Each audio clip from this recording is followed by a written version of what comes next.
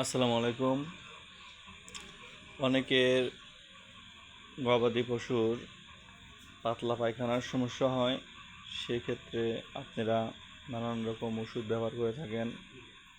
এর মধ্যে আপনারা যদি যেমন এসে ধরেন ডায়রোবেট 100 কেজির জন্যে 2টা এবং এর সাথে রেনামাইসিন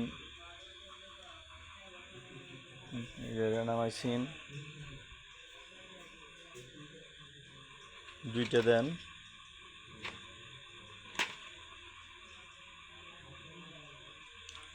সেই ক্ষেত্রে ভালো একটা রেজাল্ট পাবেন।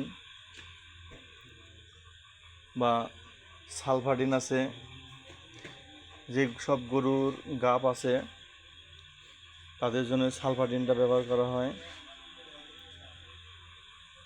সালফাডিন শুধু সালফাডিন দিলেই চলবে, সেক্ষেত্রে ভালো রেজাল্ট পাবেন। যে গরুর গাব নাই সেই ক্ষেত্রে ডায়রোবেট সালফাডিন দুটোই একসাথে দিতে পারেন।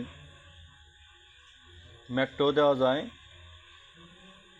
সবচেয়ে ভালো রেজাল্টের জন্য সালফাডিন ডায়রোবেট বা ডায়রোবেট রেনামাইসিন দেবেন, সেক্ষেত্রে ভালো একটা রেজাল্ট পাবেন পাতলা পায়খানার জন্য। নতুন নতুন আরও ভিডিও পেতে আমার এই পেজটা ফলো করবেন। ধন্যবাদ।